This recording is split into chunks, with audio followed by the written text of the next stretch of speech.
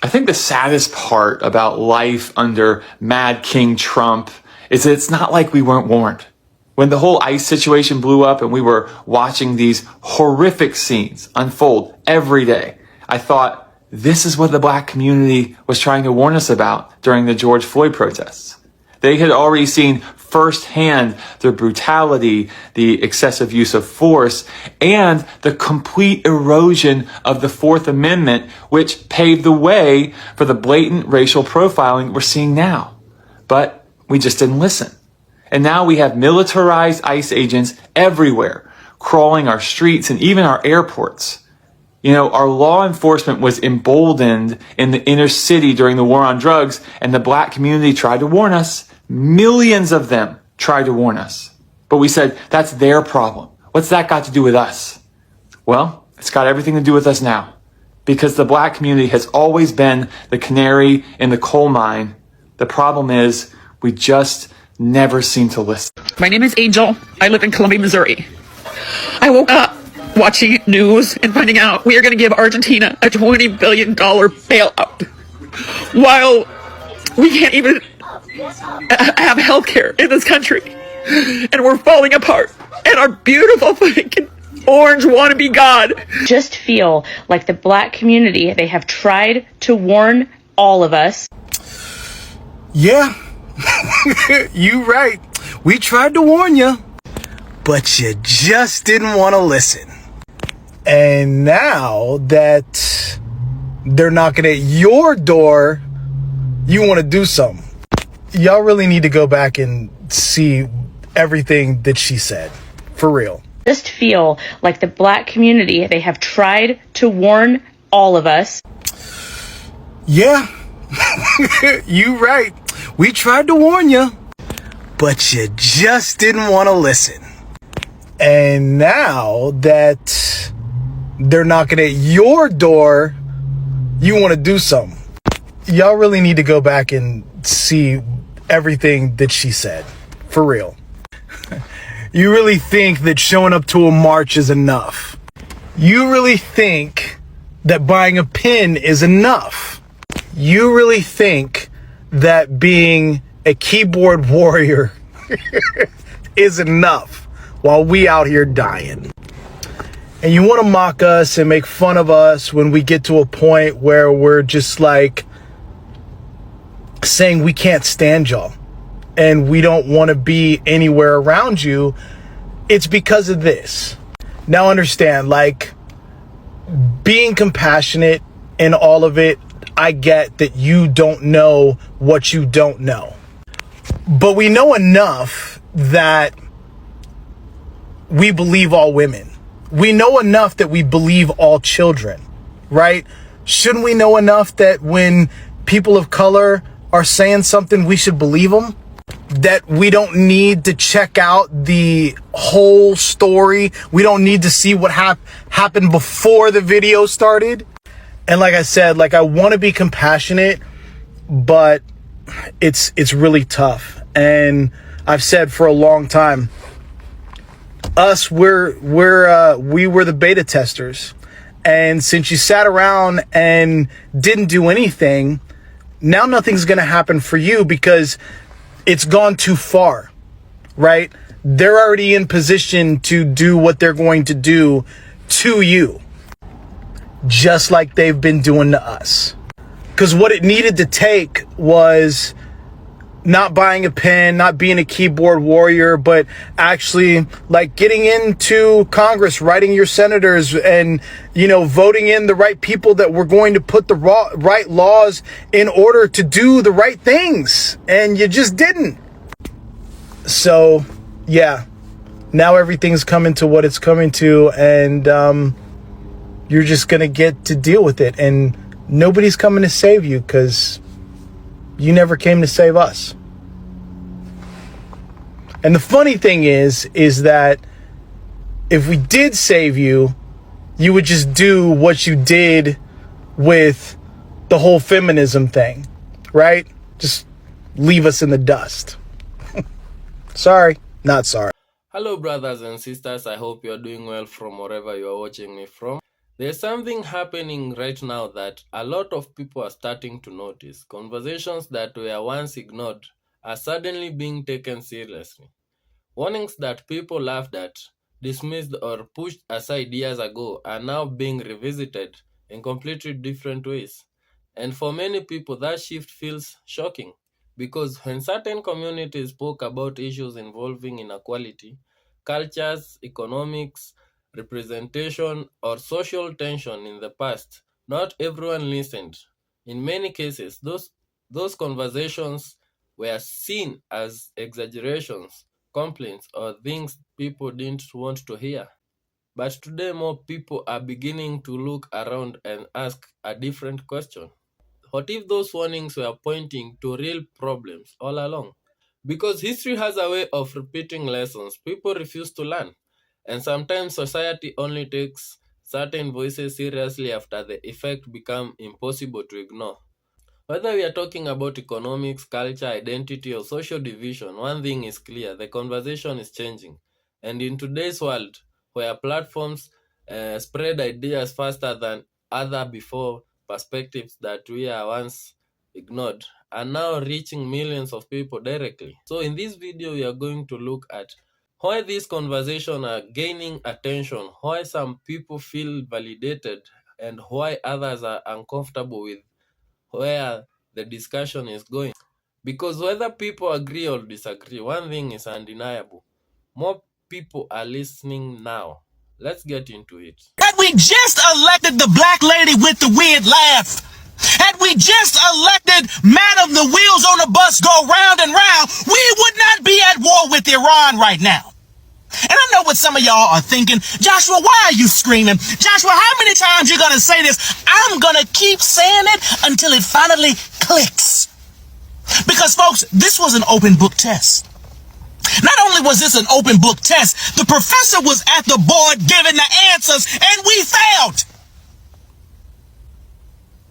And now we have 4 dead Americans as a result. We have F-15 fighter jets being shot out of the sky by friendly fire. Had we just elected the black lady with the weird laugh, folks would have money to purchase their first home. The American people would have quality health care. We would not be at war with Iran, spending billions of dollars of taxpayer money that has not been approved by Congress to fund this war. So I'm going to keep saying it, and I'm going to keep screaming it until the American people finally understand. If you could have just set your racism and your sexism aside and voted for Kamala Harris, we would be in a better position today. Trump said that if we went with Harris, we were going to be in war within 6 months. Well, appreciate it, Trump. You were right. Just the only thing was, it wasn't Harris. It was just you. Make America Great Again was never about actually making this country great again. It was about propping up the voices of racist white people, while also simultaneously suppressing the voices of black and brown people that have been hurt by this country and the politics and the racism that exists in this country. And the whole concept of Make America Great Again was really make racism ignorable again. Because I see so many people, whenever I talk about racism online or with my white family, unfortunately, gaslight me or try to gaslight me from the fact that racism doesn't exist anymore and I'm just playing victim. And this is a very common thread that we see in the history of America, where black and brown people are gaslit while also simultaneously being traumatized by a system that profits off of the racism that they are being gaslit to believe that doesn't exist. And so we really have to start talking about what Make America Great Again really means, because the time that they are trying to go back to was really just a time in which they were not held accountable for their racist ideology and their racist actions. The elected officials refused to address the problem. The black elected officials refused to address the problem. My own congressman refuses to address the problem. And I think the problem is black folks see all minorities as allies. And this is not the case. These people are not here for our common good. They're here for their own good. Where I don't have any ill will towards anybody, I also want to look out for my race. I'm a black American. I've never used a hyphen. But I will refuse to turn my back on my race and see what's going on in South Central to my people and let these people come in here and just take over. I'm not going to sit back and watch it. And I think it's a terrible thing, a horrendous thing for anybody to see this going on and say, well, he's a minority like me, so I won't speak up. I don't care where he comes from. The key to this whole thing is stop the denial, stop the alliances of, in other words, he's a minority like me, so I can't speak up against him. If this was white folks committing these lynchings to us in South Central, what's going on, there would be an outrage in this country. We have had firebombs thrown through windows. We have had people's cars burned in the driveway because they happened to move into the wrong communities. We had a lady who moved to East LA, came to the state from the South, not knowing what East LA was. It was an all-Hispanic community. She wasn't there one day. We had another man who was burned out of his house in Torrance last year. We had 5 murders in Hawaiian Gardens just because the people were black. This would not be tolerated if this was white on black crime. But the fact that these people come here, and it's the numbers, sir, it's the numbers. They come here in the numbers, they build up the Hispanic community, and they get this sense of power against us. And there are race riots in the schools every day in Los Angeles. It never makes the media. The black kids are being run out of the schools every day and told to go back to Africa. It never makes the media. We are having people who are being discriminated against on every avenue of society. Economic, schools, even in our prisons now. They have drawn lines, and our prisoners in California are being beat and harassed and raped by Hispanic gang members who recently arrived here because of the numbers. My answer to you, sir, would be we don't need any new laws. Enforce the ones we got. Ask myself a question about what is it that I should celebrate over this week. You know, we are living in a country and in a time where our very existence is under attack. We are living in a day and a time where, as our ancestors who were free men and women in the North were stopped and asked for their papers, and whether they could or could not produce them, they could be bound and placed back into slavery. It sounds like exactly what we see with our brown brothers and sisters who are being asked by ICE agents for their paperwork, and regardless if they are citizens or not, they are being detained and some being deported. But it was Martin Niemöller, who was a theologian and a pastor, that once said, "First they came for the socialists, and I did not speak out, for I was not socialist. Then they came for the trades unionists, and I did not speak out because I was not a trades unionist. Then they came for the Jews, and I did not speak out because I was not Jew. And then they came for me, and there was no one left to speak for me." I submit to you, my brothers and sisters, on this day, we know that we come from a struggle. So today, it may be our brown brothers and sisters who are asked on the streets for their paperwork. But tomorrow, it could be us. It is easy for us to be in our own homes and act like what is happening in America isn't happening to us until it happens to us. And let me be clear, this is not just for Black America, this is for all America. Because the rolling back of justice and the rolling back of laws in this country will not just affect Black and brown people, it will affect all people. But I gotta tell you, this week I am in deep thought about where we go as a people, as where we go as a collective. I think about what my great-grandmother and my great-great-grandmother would say, what my great-great-grandfather would say in this time. So I ponder and I ask you to do the same with me. Let us enjoy and celebrate what our ancestors stood for, but let that celebration remind us of what we must stand for in this day and time. What is Juneteenth to a Black man, a woman in 2025?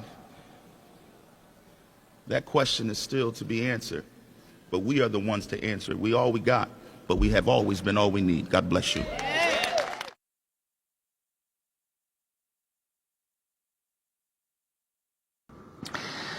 But on the issue of race, on the treatment of African Americans specifically, even being terrible at what they're doing has still proven to be disastrous for our country. And it is in part, the posturing and from the White House and the president. That is stuff that validates and excites the worst bigots in the country, and that is consequential. But it's more than that, too. We are now about 16 months into what has been from day one a concerted and intense targeting of black Americans, specifically by this president and by this administration. On his first full day in office, he proclaims war on diversity efforts, not only in government, but in any institution in the country over which he can exert leverage, everything from schools and universities to law firms to private businesses of every stripe. He then immediately started firing some of the highest profile black public officials in the whole U.S. government, seemingly regardless of any other thing about them. I mean, right away, we get the firing of the chairman of the Joint Chiefs of Staff, Charles C.Q. Brown. We get the firing of the Librarian of Congress, Carla Hayden. And then it's Gwynne Wilcox from the National Labor Relations Board. And then it's Robert Primus, the chair of the Surface Transportation Board. And then it's Alvin Brown from the NTSB. And then it's Peggy Carr, the head of the National Center for Education Statistics. And then it's Willie Phillips from FERC, from the Federal Energy Regulatory Commission. And then it's Lisa Cook from the Federal Reserve Board of Governors. And on and on and on. When Trump and his top political donor, Elon Musk, then started just lopping off huge swaths of the federal government to disastrous practical effect, the largest and most egregious cuts targeted federal agencies that employed a disproportionate number of black employees.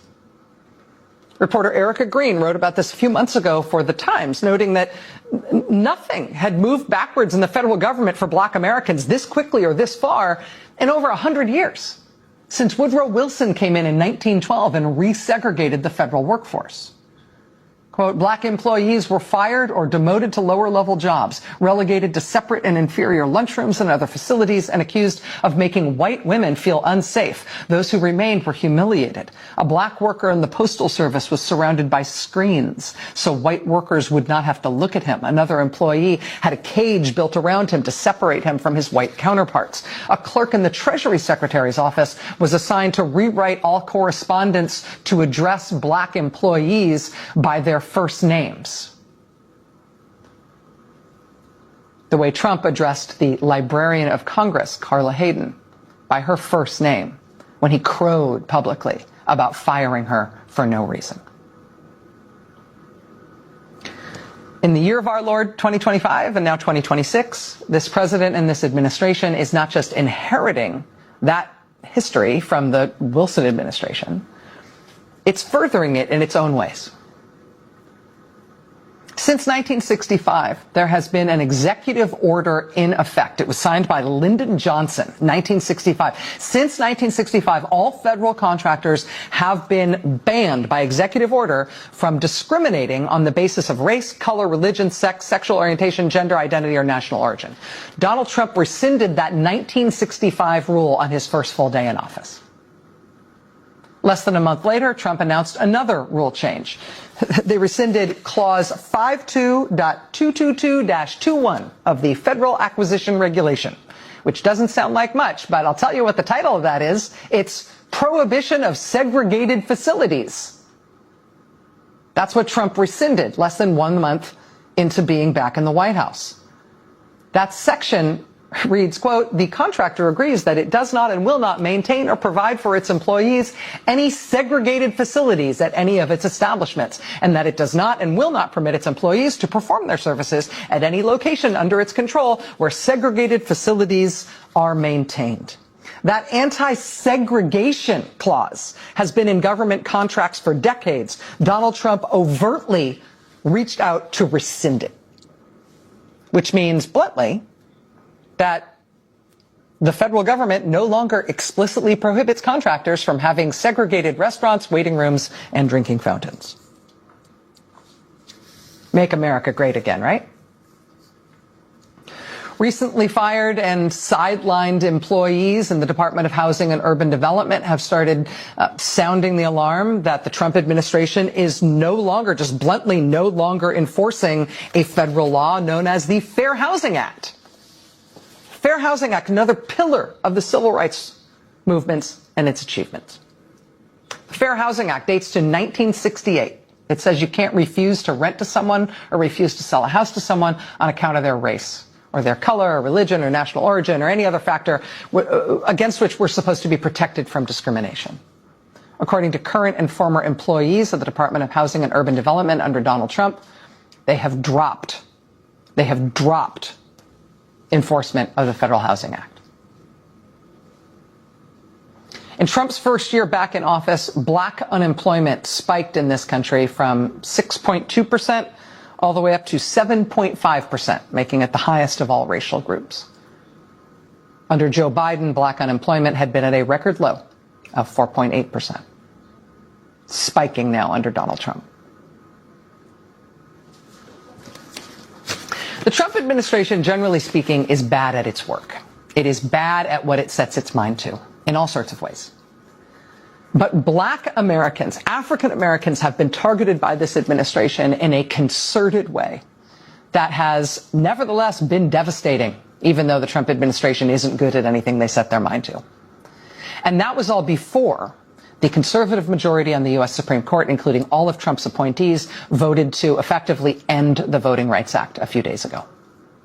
As soon as the court said they would take up that case, people started mapping the worst case scenario for what Trump and the Republicans would do, particularly in the South, if the court gutted the Voting Rights Act of 1965, the crowning achievement of the civil rights movement.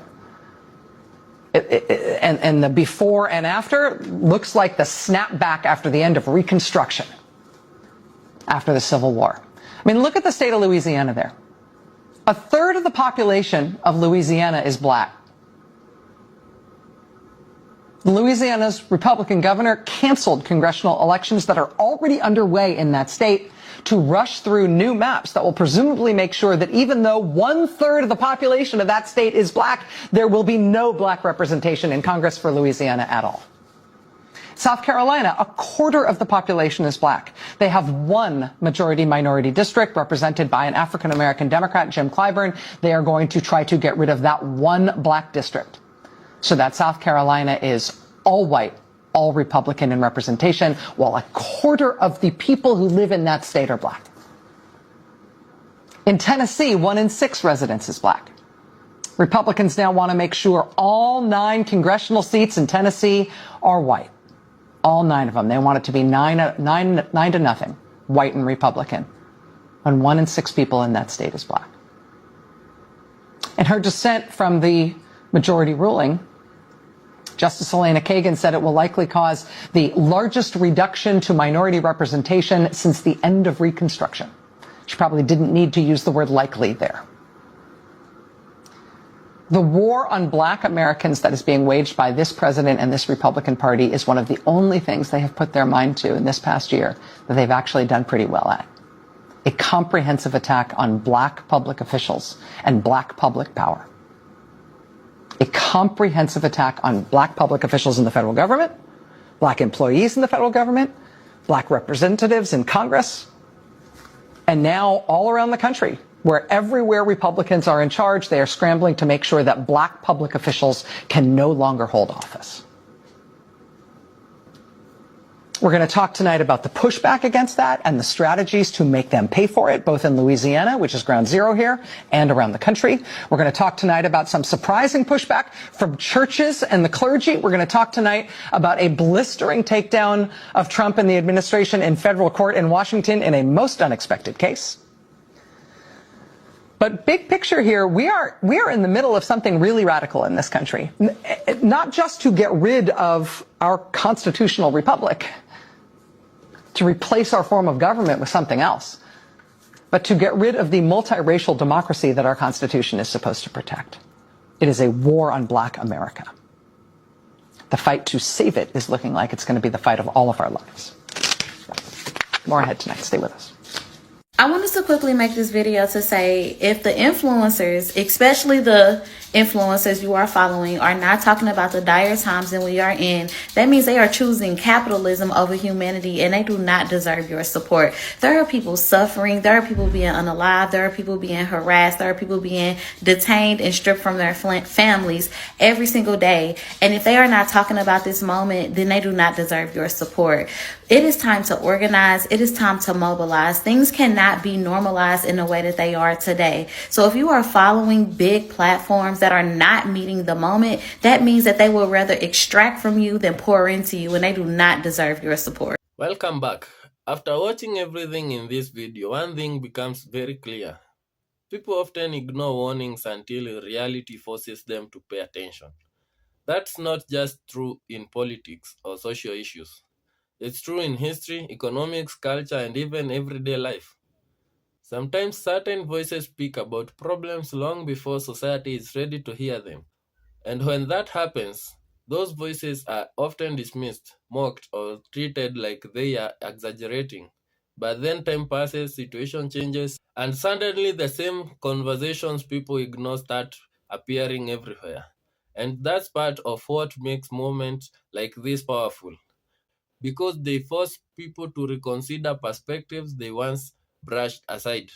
And maybe that's one of the biggest lessons in all of this. Ignoring conversations does not make the issue disappear. It only delays the moment people are forced to confront it. When we look at American history, there have always been voices warning about inequality, division, economic imbalance, culture tension, and social problems during periods connected to movements like the civil rights movement. Many activists and leaders spoke about issues they believe would continue affecting future generations if they were never fully addressed. At time, not everyone wanted to listen. Some people believed things would simply fix themselves. Others thought those concerns were exaggerated. But decades later, many of those same conversations still exist, and that reality causes people to look back differently. Now, that doesn't mean every warning was completely correct, and it doesn't mean every perspective should go unquestioned.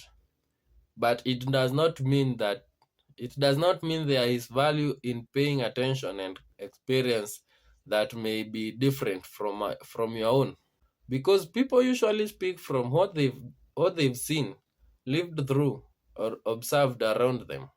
And that's important, especially in a world where people often react before they truly listen. And whether some agrees with this question or not, the fact that they are being asked more openly says something important about the moment we are living in right now. But here's where the conversation becomes more complicated. There's difference between listening to warning and becoming trapped in divisions. Because while history matters and while people's experience matters, society also has to figure out how to move forward without turning every conversation into conflict. That balance is difficult. Some people feel validated by these conversations because they believe their experience are finally being acknowledged. Others feel uncomfortable because those discussions challenge ideas they've always believed in. And when people feel challenged, reaction can become emotional very quickly. That's why conversations like this require maturity, the ability to listen without immediately shutting down, the ability to question ideas without feeling personal attacked. But avoiding difficult conversation doesn't create understanding, it creates distance. And the longer distance grows, the harder trust becomes. So maybe the point is not about discussing who was right about everything. Maybe the real point is understanding why certain warning existed in the first place. Uh, what experience created those perspectives? Because if history teaches anything, it's that society grows stronger when they are willing to reflect honestly on themselves. And maybe that's why so many people are reacting strongly to conversations like this today. Because deep down, people know this discussion connects to bigger issues: identity, fairness, opportunities, trust, representation, and all those. Those are powerful subjects.